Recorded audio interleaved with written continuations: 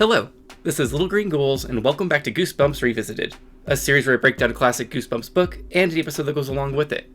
I will also be toying up some of our Goosebumps cliches and classic moments. This week, I'm excited to visit Vampire Breath.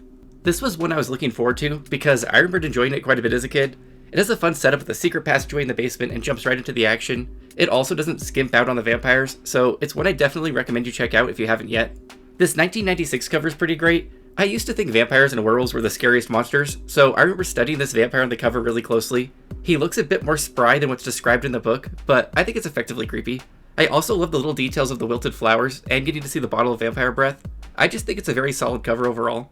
The 2005 slime border makes a couple changes. It brightens the image a bit, which I think makes the coffin look a little less intimidating. It also changes the bottle of vampire breath from blue to green for some reason. I think the green bottle does look a bit better actually, but I just think it's funny that this is something they bothered to change in the newer version. The 2011 cover is definitely a different take on the vampire, and I kind of prefer the more realistic look of the original cover. It also bothers me more than it should that his fingers are so much greener than his face, but I do like the excessive use of cobwebs in this version, so it's really not that bad. I was surprised by the lack of merchandise for this book, because we just have the usual trading card tear out and this metallic sticker. If there's more vampire merchandise out there, I missed it somehow. The back of the book contains the same things we've seen these last few books with fan clubs, games, and VHS tapes to buy, but I noticed this week was also promoting 2 of the Goosebumps Presents books, and to be honest, I don't really get the appeal of these books. If you want to see all the covers, I made a video featuring all of them a while back that I'll try to link. Our front take says, "Open wide and say mouthwash," which is kinda silly, but Stein does make a point to say vampire breath also freshens breath, so there you go. Our back take says, "He's a dentist's nightmare." And considering Count Nightwing essentially spends this entire book looking for his dentures, I don't think the dentist has anything to worry about, but let's read the blurb on the back. Tough. That's Freddy Martinez and his friend Kara. They're not afraid of anything, but that was before they went exploring in Freddy's basement, before they found the secret room, before they found the bottle of vampire breath. Poor Freddy and Kara, they should have never opened that bottle of vampire breath, because now there's a vampire in Freddy's basement, and he's very, very thirsty. Okay, let's start the summary. The book opens with our introduction to Freddy, who's currently babysitting and scaring the shit out of some kid named Tyler. He's getting the poor kid all hyped up on werewolf attack stories, and Freddy's friend Kara, who's also helping watch Tyler, does not approve. Freddy's werewolf story is so scary that this little 6-year-old Tyler is literally trembling in fear, but Freddy insists that he actually loves it. This all culminates in Freddy screaming and pouncing on poor Tyler to scare him extra good and tickle him. It also results in this line, "I'm a very good babysitter. I always know when to stop tickling." Kara comes to Tyler's defense and punches Freddy in the stomach hard enough to knock the wind out of him. Freddy seems to like this though, because both he and Kara's defining character trait for this book is going to be that they're both tough. They even like when the teacher screeches chalk on the chalkboard according to Freddy, because that's just how tough these two kids are. Pages later, Freddy is still on this werewolf kick, but his story is suddenly interrupted by a real werewolf and a chapter cliffhanger. This of course just ends up being Tyler's parents, and they're not particularly thrilled that Freddy is filling Tyler's head with werewolf stories again, because he had nightmares for days the last time Freddy watched him. Tyler's parents sent Freddy and Kara home with $5 each for babysitting, because this is the 90s and $5 actually meant something. We then jump to Saturday, and Freddy and Kara in his basement playing air hockey, when Freddy decides just to randomly kick Kara because he's fresh from karate class and still filled with bloodlust, I guess. This results in her crashing into an old cabinet full of antique dishes. Kara retaliates and knocks the wind out of Freddy again, and then ends up launching Freddy into the china cabinet, except this time it gets knocked over and sends all the dishes smashing to the ground. The kids are briefly distraught at the damage they've done, until they notice the secret door behind the cabinet. I remember this book inspiring me to search my basement for secret passages as a kid, even if they did lead to vampires. Freddy and Kara are down to immediately explore this hidden passage because, remember, they're tough. They're not even remotely concerned about explaining the damaged china cabinet, because they both think there could be treasure to be found. They open the door and find a tunnel lined with smooth stone walls leading into darkness, so they do the sensible thing and gather some flashlights first. We then have a couple paragraphs where these two kids wrestle for flashlights, because these are some violent children. They start exploring the tunnel, and Freddy has no idea where it could lead because there's not even a house next door for it to connect to. The tunnel seems to stretch on forever, and soon the basement door is just a small rectangle of light in the distance. The tunnel slowly curves, and then they eventually reach another wooden door. I think this is one of Stein's stronger setups for a book, because I remember being very excited as a kid to see where this tunnel would lead. They open the door and find a small empty room. Well, it's empty except for a coffin just laying on the middle of the floor. Freddy briefly wonders who on earth could be buried in this secret tunnel in his house without his parents knowing, but then moves on to wanting to open the coffin to check out the corpse. Kara is rightfully less eager to look at a dead body, but remember, she's tough, so she's gonna do it anyways. Together, the kids slowly lift the coffin lid and are somewhat disappointed and secretly relieved to see that it's empty, except for a small blue glass bottle that's just resting on the purple velvet of the coffin. Kara picks up the glass bottle and is confused to find that it's empty. She rotates the bottle to find that it's labeled vampire breath. Kara then begins tugging on the lid, but Freddy thinks maybe they should leave it until his parents get home. But again, he's tough, so these kids just plow full steam ahead. The bottle drops to the ground and the top pops off and lets out a sss as a thick, smelly green mist pours out of the bottle. The kids start gagging, and soon the thick green mist fills the room, to the point where the kids can't even see the light of their flashlights. Freddy takes action and blindly paws for the bottle so he can seal it back up, and is successful. The kids continue to gag until the mist finally settles to the floor and fades away. They briefly fight over whose fault opening the bottle was, when Freddy suddenly notices there's now a body lying in the coffin. Despite a dead body magically appearing, both of these kids must maintain this facade of toughness and investigate further. "Is he dead?" Kara asked. I didn't answer. I crept up to the coffin and shone my light in. The man was old and completely bald. His skin stretched tight against his skull, smooth as a light bulb. His eyes were shut. His lips were as pale as his skin, drawn together tightly. He had tiny white hands, thin as bones. They were crossed over his chest. He was dressed in a black tuxedo, very old-fashioned looking. The stiff collar of his white shirt pressed up against his pale cheeks. His shiny black shoes were buttoned instead of laced. "Is he dead?" Kara repeated. "I guess so," I choked out. I had never seen a dead person before. The kids decide to leave, but in a horror movie moment, the eyes snap open and the old man slowly begins sitting up. Freddy is so stunned he drops his flashlight and backs into the wall. The old man smacks his lips and rubs the sleep out of his eyes while repeating how thirsty he is and asking where he is. Freddy is still in shock, so he's just like, "You're in my house?" The old man also has a black cape with purple velvet lining, so it's pretty certain he's a vampire or a magician. Freddy finally asks, "Who the fuck are you?" And the old man replies, "I am Count Nightwing," further establishing that this man is clearly a vampire. Freddy cuts to the chase and just asks the old man if he is a vampire, and Count Nightwing casually responds, "Yeah, he is," and that he's very thirsty as he swoops in on the kids. Count Nightwing floats off the ground and stares intensely at Kara with his gray eyes as he hypnotizes her. Freddy manages to yank Kara free of Count's gaze, and they race down the tunnel back to Freddy's basement. The kids run as fast as they can, with the Count floating right behind them, but just as they're about to reach the basement door, it slams shut, sealing them in. Freddy frantically tries to find a door handle, but there isn't one. The Count lowers himself to Kara and throws his cape over her as Freddy begs him to let her go, but it's too late. The Count was already having lunch. Except Count Nightwing suddenly stops in dismay because he realizes his fangs are missing. The Count is now fully distraught that he'll starve to death without his fangs, so the kids are feeling somewhat relieved, but they're also still trapped in a dark tunnel with a toothless vampire. The Count insists the kids must help him find his fangs, and they try to negotiate with him to let him out of the tunnel, but this doesn't really work for them. Instead, we learn that Count Nightwing needs the rest of his vampire breath, so he can travel back to his time, nearly 100 years ago, so like 1896. I'm kind of hoping this doesn't end up as a time travel story, and they all stay in present day because I just think that's more interesting. We don't need another Terror Tower situation going on here.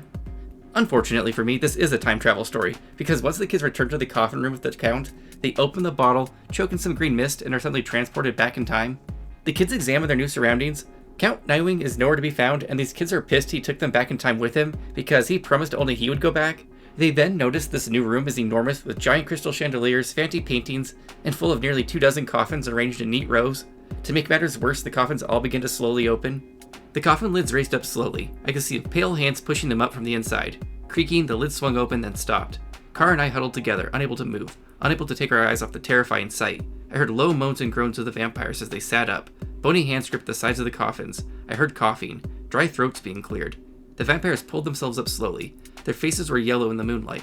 Their eyes gleamed dully, a pale silver. Groans echoed off the high walls. Bones creaked and cracked. They looked so old, older than the oldest people you see on the street. Their skin appeared to be thin and wrapped so tight you could see the bones underneath. Living skeletons, I thought. Their ancient bones snapped as they moved. They pulled their legs up, legs as thin as spiders, and reached over the coffin's sides. I heard more coughing. Near the window, a white-haired vampire leaned over the edge of his coffin, making ugly choking sounds. "So thirsty," I heard one of them whisper. "So thirsty," the others repeated.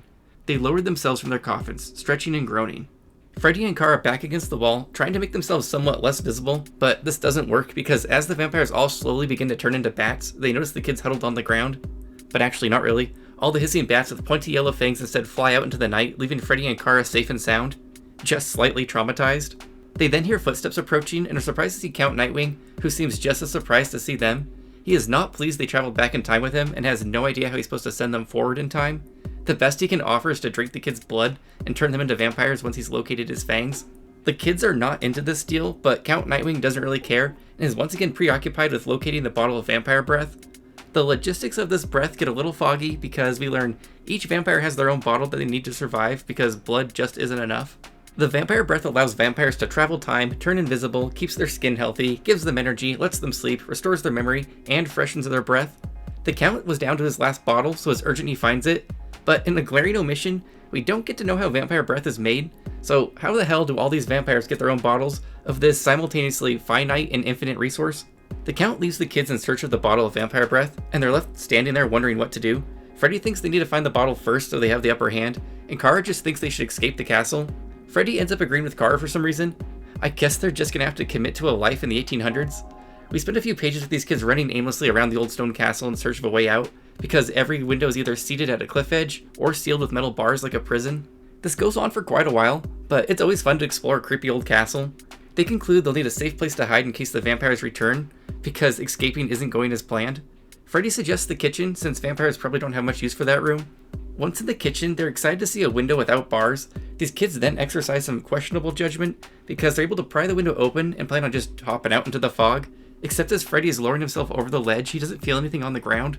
The fog parts and reveals he's currently dangling over a cliff edge and starts to lose his grip. Freddy can't hold on and starts the fall to his death, but at the last minute he's suddenly swooped up by a dark shadow with red glowing eyes. Freddy's then plopped back into the kitchen, and it's revealed that it was Count Nightwing who saved him, but he's not impressed with Freddy's survival instincts and wonders if Freddy thought he could already fly. Count Nightwing then demands the kids help search for the vampire breath, and we continued our search of the castle. The kids end up stumbling across a room full of coffins, but Freddy notices that one of the coffins is still closed. He concludes that either there's a dead vampire in there, or that's where the Count hid the vampire breath. They cautiously open the coffin and are thrilled to find vampire breath. The kids then think they should just pour it out and concentrate on returning to the basement, because to them that seems logical. Just before they're about to pour out the breath, they realize they're no longer alone. They're certain it must be the Count, but are surprised to find a girl their age with bright blue eyes and curly blonde hair staring at them. If you've ever seen an interview with a vampire, you know little curly-headed blonde girls can't be trusted either. We learn this mystery girl is Gwendolyn, and she claims to be a slave of the vampires who spends her days polishing coffins. They ask old Gwen for help, and she thinks she knows how to help them escape. She just needs the kids to follow her into the basement. We then spend a few pages venturing deeper into the castle through various passages until Gwendolyn's like, "This is perfect, now we're all alone." The kids are confused until they see Gwendolyn's fangs and immediately understand that they've been tricked. The vampire girl springs onto Freddy and tries to bite out his throat until Kara reminds him to use the vampire's breath. For some reason, this freaks Gwendolyn out, even though I thought vampires love vampire's breath. But Gwendolyn is soon relieved to find out the bottle is actually empty, because I guess this castle is full of empty bottles. Gwendolyn moves in for the kill, but before she can bite, Count Nightwing appears and is like, "Get away from my dinner." The two vampires float into the air for a fight, which gives the kids a chance to sneak further off into the basement. Freddy and Kara end up stumbling across a room filled with thousands of empty bottles of vampire's breath, and are at a loss of what to do now.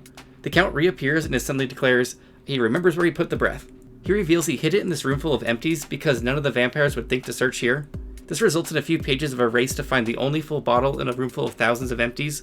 This kind of feels like it would be a challenge on The Amazing Race. Freddy finds it, but has no chill and immediately shouts, "I found it!" only to have the Count quickly snatch it out of his hands. We then get a solid chapter of playing keep away with the bottle. Freddy rams into the Count and snatches the bottle back.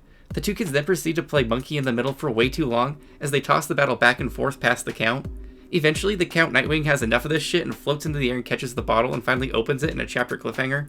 But this ends up just being another fake out because, oops, Freddy grabbed the wrong bottle after all, so nothing comes out of this bottle. Freddy realizes his mistake and quickly grabs the actual bottle and tosses it to Kara again, because playing monkey in the middle for an entire chapter was such a success the first time. This time, Kara misses the bottle and it cracks open on the ground, and the stinky mist begins to fill the room. The kids seem to have forgotten their plan to focus on traveling back home, and instead just kind of gag on the fumes. But lucky for them, this doesn't seem to end up mattering, and they end up in Freddy's basement anyways. Their excitement is short-lived though, because they turn around to see Count Nightwing is there, and he is pissed. He begins wailing how he doesn't want to be in this timeline, and then he's gonna get these kids. But this gets cut short when Freddy's parents appear. Count Nightwing looks at Freddy's mom and is like, "Cynthia, is that you?" To which she responds, "Daddy, you finally woke up." Because in a final chapter twist, it turns out Count Nightwing is Freddy's grandfather who's been asleep in the basement for 100 years. Grandpa Nightwing asks where his fangs are, and his mom casually lets him know just in a glass of water on the sink in the basement bathroom.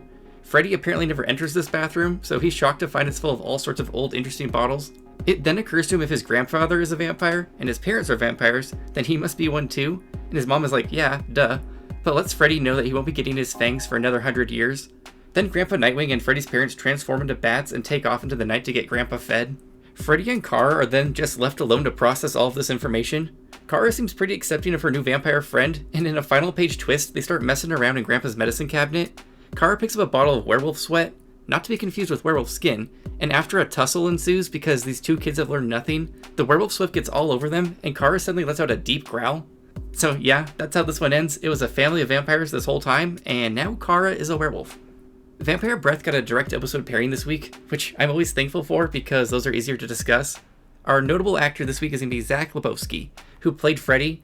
He moved away from acting and instead focused on directing things like Leprechaun Origins, Freaks, The Kim Possible movie, and some episodes of Fraggle Rock, Back to Rock, so an eclectic set of work here. But let's jump to the episode. We're opening strong with a creepy house.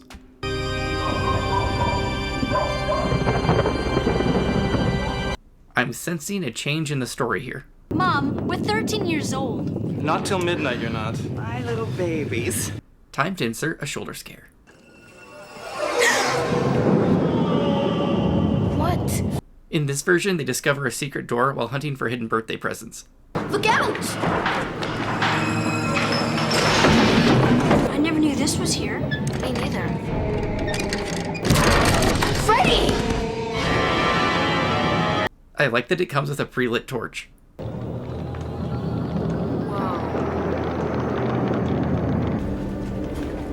What do you think this place is for? You got me. I like that in this version, they have no interest in seeing a dead body. You know, like normal kids. See ya. What was that?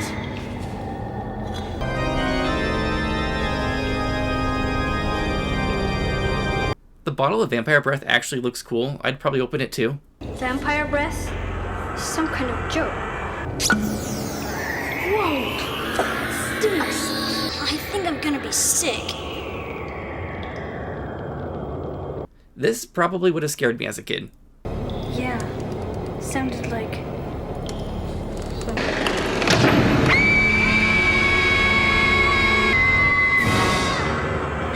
Let's get out of here!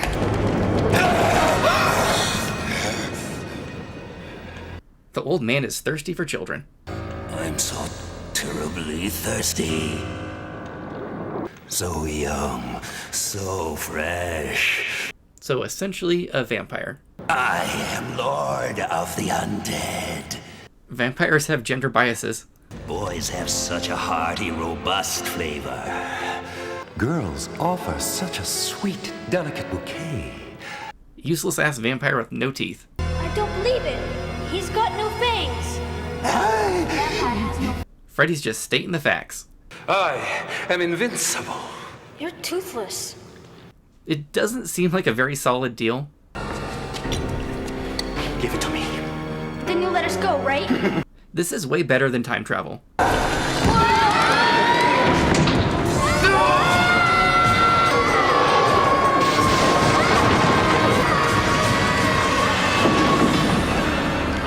I love a good painting as a scene on a budget. This cavern looks pretty cool for what it is. Maybe you can climb back up somehow. Surprise, it's evil ass Gwendolyn. Don't bite me. But you're in the coffin. How'd you get here? My name's Gwendolyn. The vampires are all still hunting till sunrise. I don't think I'd want to crawl in a coffin either. I'm coming for you. You are mine. Jump into the coffin quick. I'll try to get rid of them. Where are they? Who, my lord? The children. Where are they? And I want it now. Please don't hurt me. Well, that's a new trick we haven't seen yet. Freddy, he's got me.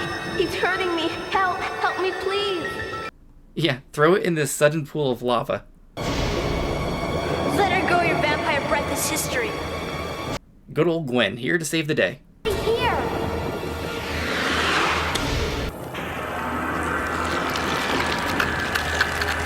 It's a vampire cage match. Hit him with a chair, Gwen.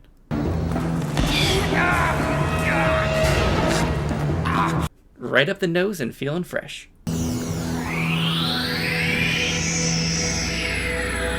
Gwen got what she deserved. I am renewed. You are starting to bug me.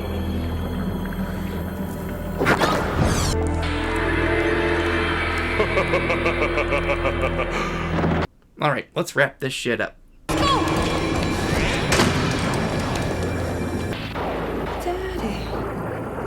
is that you? Oh, Pops, we thought we'd lost you. Oh, don't be shy, kids. Come give your grandpa a big hug. Grandpa!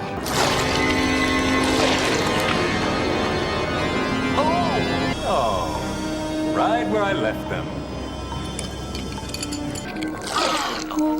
Oh, don't worry. They hurt a bit at first. They'll be fine. Happy birthday! I'm not sure we can take any more surprises.